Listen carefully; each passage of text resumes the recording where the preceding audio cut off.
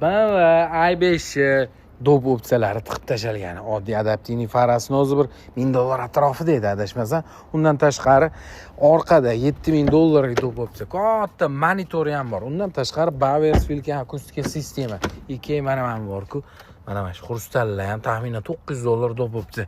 Patalo, panorama yonishi ham yana do'p opsiya, bu ham $1000, $900 atrofida. Ya'ni $2200 do'p opsiya, ana o'zi adaptivniy yuradigan, xullas lidarga o'xshagan funksiyani $2200 ga shu do'p opsiyasi ham bor ekan. M paket, rul abagrev, head up display. Xullas, ashifulada buni ba'ziviy komplektatsiyalari taxminan 56 ming turadi, lekin siz yana bir 17-18 ming tiqilganini 58 mingga bosib olsangiz bo'ladi. 11 ming probeg, 2024-yil toza mashina. Bosib oringlar. 35 el zapas xo'da adashmasam 570 midi shunaqalar.